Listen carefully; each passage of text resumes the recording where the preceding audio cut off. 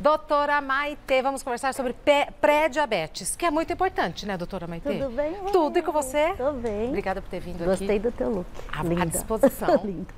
Pré-diabetes, se a gente não cuida, evolui para diabetes. E essa é uma dúvida, né, de todo mundo. Será que o pré-diabetes ainda não sou diabética? Será que vou virar com certeza? Será que tem remédio? Será que tem dieta? O que eu faço, né? Então, isso é muito importante, porque isso é novidade. Na medicina, alguns 5, 6 anos atrás, a gente achava que todo pré-diabético, com certeza, ia virar diabético. Tá? 5 anos atrás? É. Então, a gente sabia que isso ia ser só questão de tempo, né? E por que a gente sabia disso? Porque quando você faz o diagnóstico, às vezes já é mais tardio. Então, a pessoa demora para fazer o diagnóstico e a célula beta-pancreática, que é a célula que produz insulina, já estava mais deteriorizada, quase 42% a 52%. Então, era isso. Hoje, com novas técnicas, algumas medicações, a gente sabe, tem um estudo que 42% dos pacientes num estágio inicial, em que a célula beta-pancreática não foi totalmente lesada, a gente tem estudos com os SGLT2 que você pode reverter um pouquinho isso daí. Que ótimo! Isso é muito interessante. E outra dúvida que as pessoas têm é o pré-diabetes é tipo 1 ou tipo 2? Isso. Né? O tipo 1 nunca tem pré-diabetes. O tipo 1 é uma doença autoimune que as células atacam o pâncreas. Geralmente pegam as crianças, os adolescentes. O tipo 2 é que vira, primeiro é o pré-diabetes. Na verdade, olha só, que todo mundo fala, eu não sei o que é isso. Primeiro a insulina fica alta, chama resistência insulínica. Então, quando o médico fala para você, você está com a insulina alta, isso é antes do pré-diabetes. Tá. Aí vai lesando a célula, aí a célula vai ficando cansada do pré-diabetes, se não tratado, vira diabetes. Então, é uma evolução. Não é nem para ficar tão assustado, mas nem também... displicente demais. Nem displicente. Tá, então vamos aos mitos e verdades sobre esse assunto. Doutora Maitê Pimentel, é mito ou verdade que pré-diabetes é hereditário? É verdade, tá? Então, como eu falei, o pré-diabetes vem do diabetes tipo 2. Tem uma carga genética aí da família. E aí, por exemplo, em vez do seu pâncreas nascer com 100 anos de vida, ele vai nascer com 50. Tá. Toda vez que você come muito carboidrato simples, que é o pão, arroz branco, principalmente arroz branco, doces, você vai gastando a máquina. Imagine um trator, aí você vai forçando o trator. E aí, se você força, a vida do teu pâncreas não é das melhores, aí você vira diabetes. Então, tem uma carga da família, aliás, é uma das doenças que mais passa de família em família e que você também é responsável. Porque se você mantiver o peso, fizer exercício e cuidar da alimentação, você pode não desenvolver, ou desenvolver com 130 anos de idade, aí não vai desenvolver. Então, é hereditário, mas depende de vocês também. Ótimo. É mito ou verdade que é impossível prevenir que o estágio pré evolua para diabetes? É o que a gente falou, é verdade agora, né? Então, uma coisa que tem que ficar ciente, é o trator que está ficando muito ruim. Então, a gente tem que dar combustível, a gente tem que dar mais energia para a célula, usar a glicose sem ter que ficar forçando o pâncreas, a gente tem que manter o peso, a gente não tem que ter carga glicêmica. E essa carga glicêmica vem desses produtos que têm a insulina alta. Por isso que a dieta low carb, que você tem baixa ingestão de coisas com açúcar, é muito boa, indicada para quem é pré-diabetes. Tá. É mito ou verdade que ganho de peso está diretamente relacionado com o desenvolvimento de pré-diabetes? É verdade, tá? Então, não só a gente tem uma questão do peso em si, que é o aumento, né, do IMC, alterando toda a parte metabólica, que é a resistência insulínica. A gente, quando tem células a mais de gordura, os adipócitos, eles produzem célulazinhas, as interleucinas, que ativam a resistência insulínica. Então, não é só uma questão de desgaste do pâncreas, mas também numa parte metabólica. Por isso que hoje os estudos eles vão em busca da gente nem tratar só o diabetes ou pré-diabetes, a gente tratar a causa do pré-diabetes, que seria a resistência insulínica. Então, sim, a gente tem que tomar cuidado com toda essa parte. Existe prevenção, é isso que a gente quer. Exato. Diabetes, a gente tem em 2040, 20% da população com diagnóstico. Eu então, acho muito. É muito. Então, de cada 10 pessoas, 2 diabéticas. Então, a gente tem que tomar cuidado e como eu falei, hipertensão e diabetes são as doenças que mais passam da família. É mito ou verdade que pessoas com pré-diabetes apresentam sintomas específicos? Mito. Ei! Então tem que tomar cuidado porque Exato. Doença silenciosa. Você não vai sentir nada quando tem pré-diabetes, nada. A pessoa acha que está ótima, se surpreende com o diagnóstico. Sim. O diabetes descontrolado, descompensado, tem aqueles sintomas que todo mundo sabe. Beber muita água, fazer muito diurese, comer e ficar magro, que é o pólis que a gente chama. Mas isso é quando o diabetes está descompensado. Até isso chegar, já não é mais o pré-diabetes, já passou do diabetes faz tempo. Então, é exame de sangue, não tem jeito. Todas as pessoas deveriam fazer exame de glicemia, de colesterol, função hepática e renal, ao menos, pelo menos de 4 a 6 em 6 meses. Por isso que pelo menos uma vez ao ano, pelo menos, todo mundo tem que fazer exame de sangue. É mito ou verdade que mesmo sem manifestação total da doença, pré-diabéticos podem ter lesões no rim, na retina e nos nervos? Isso é verdade. Aí você fala, como é que eu não sou diabética e já tenho lesão do diabetes? Porque apesar do nível, o que é o pré-diabetes? O pâncreas ainda funciona. Então, quando você faz muitas vezes a glicose em jejum, vai vir boa. Mas no pós-prandial, pós-comida, o pâncreas não libera a insulina. Tá lá em cima. Aí a glicose não entra na célula e a glicose vai lá em cima. Então, você vai forçando. Nesse forçar, esse açúcar vai grudando no endotélio, dentro do vaso, do olho, do rim, do coração e pode ter as lesões secundárias. Portanto, tem que tomar cuidado, é uma doença silenciosa que pode ter, a gente chama MACE, que são os eventos tardios do diabetes. É mito ou verdade que existem medicamentos que causam diabetes? Isso é outra coisa que todo mundo se assusta, mas diabetes existe tipo 1 e tipo 2, os mais prevalentes. Existe tipo 3, que é a resistência insulínica cerebral, que é o Alzheimer. Existe diabetes LADA, que é um anticorpo que ataca, né, o pâncreas numa fase mais adulta. E tem MOD, diabetes genéticos. E diabetes gestacional, que a pessoa não é diabética, desenvolve só na gestação. E diabetes medicamentosa, que pode ser revertido ou pode desencadear uma coisa que já estava para acontecer. Quais são os remédios que mais acontecem isso? Vocês sabem, corticoide. Então, corticoide, além de aumentar o peso das pessoas, mesmo não comendo muito, corticoide incha, pode dar hipertensão, pode dar picos de glicose. Então, remédios fazem o pâncreas desgastar. Alguns quimioterápicos também, alguns antihipertensivos, alguns remédios de alergia. Então, sempre que tiver glicose alterada, tem que descartar se não é algum remédio que está piorando isso. E aí a gente fala, você sabe isso? A gente tem exames que vê, por exemplo, o peptídeo C é a reserva do teu pâncreas. Então, se aquilo é agora, se aquilo é depois, e a gente pode, às vezes, substituir a medicação. Ou seja, a automedicação pode ser um tiro nos 2 pés. Sim. Você falou alergia, conheço um monte de gente, tô alérgica, pá, toma remédio, toma remédio. E pode estar aumentando aí a disfunção do pâncreas sem saber. Isso pode ter um resultado no futuro. Não é incomum? Não é incomum, principalmente quem toma remédio para dor. Tem dor nas costas, dor na perna, fica tomando um monte de corticoides, anti-inflamatórios que podem ter esse perigo a longo prazo. É mito ou verdade que pré-diabéticos precisam consumir maior quantidade de alimentos diet?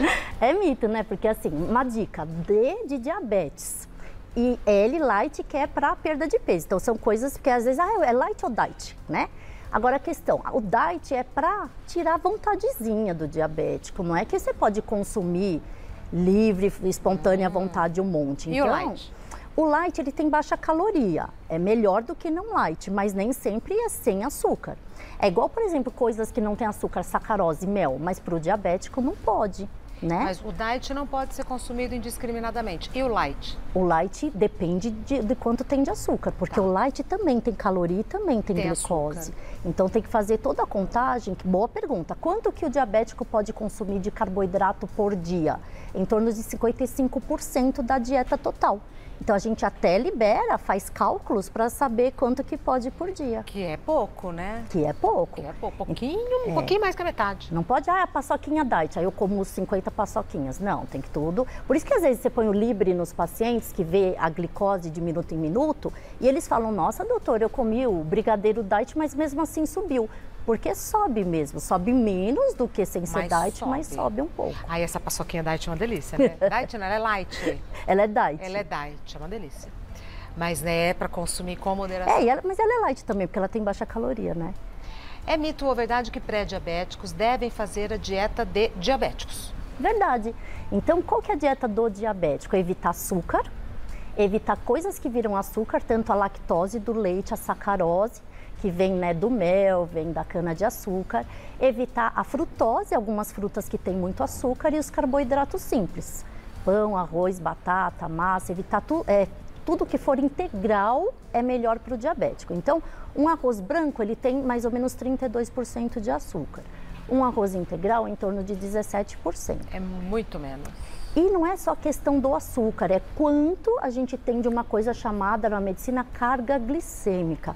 Quanto que o pâncreas é forçado, que é coisa diferente.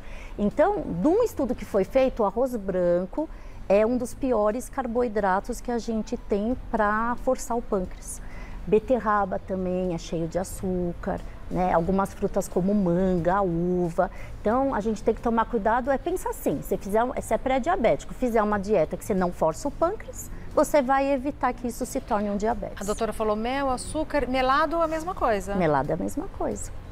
Então, eu sou diabético ou pré-diabético, eu uso açúcar mascavo. Não pode usar nenhum tipo de açúcar, tem que usar o adoçante, né? Hoje em dia, qual que é o adoçante melhor para o diabético? Que é uma questão que todo mundo pergunta. Xilitol e o eritrol, né? Que a gente usa isso para confeitaria ou para o dia a dia. A sucralose também é indicada. O que a gente não indica muito mais hoje em dia é o ciclamato, né? Que a gente já tirou. Mas pode usar? Pode. Aí fala, quantos que eu posso por dia? Outra dúvida muito. Quanto eu posso de gotinha? Teve um estudo que a gente teve no Congresso de Diabetes, foram 4 horas.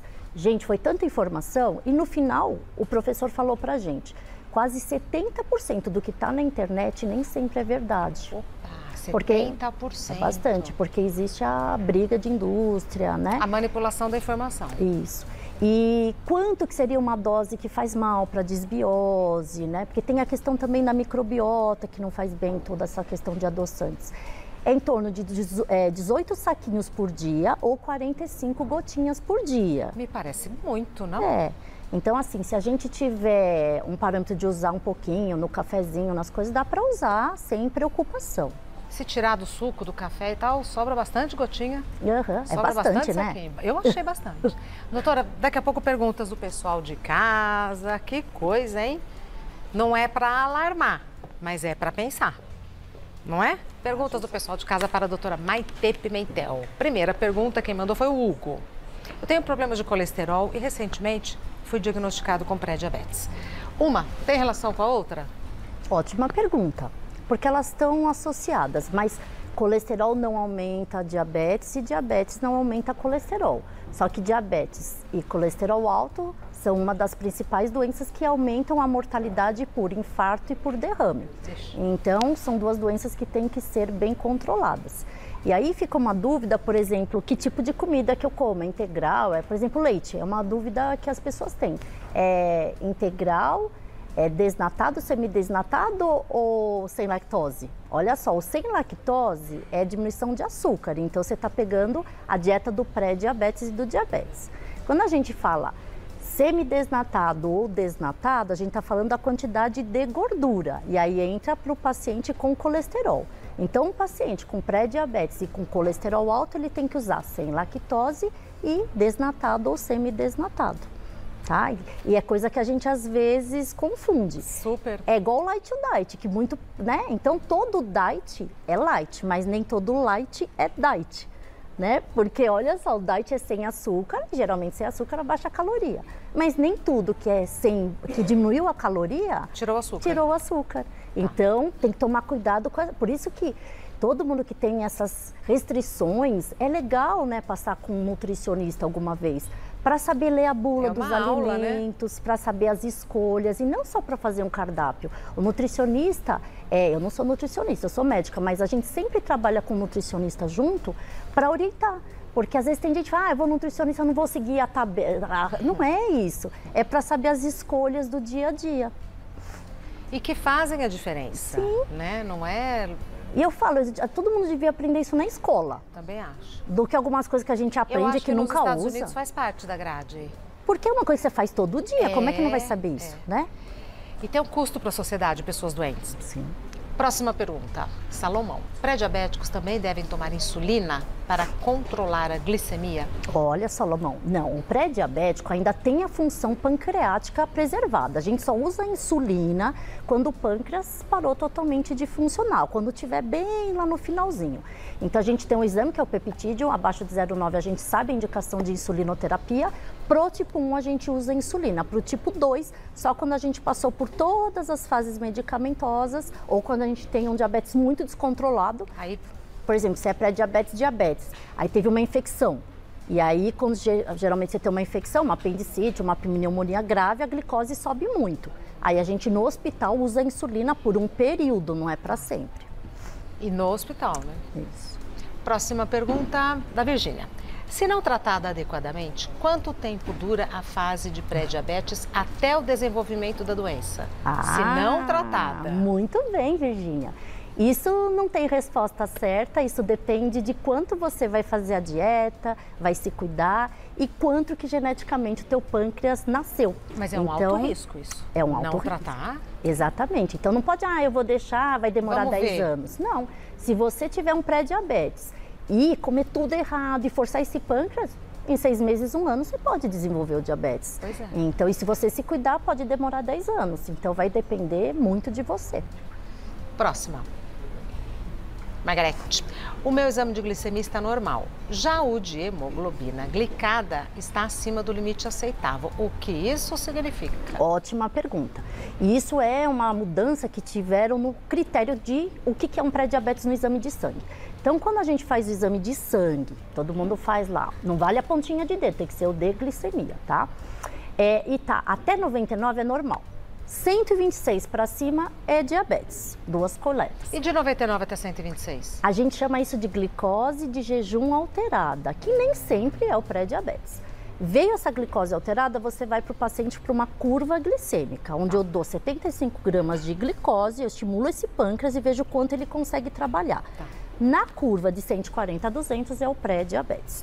Mas uma outra medida é essa HB glicada. O que é essa HB glicada? Olha que interessante.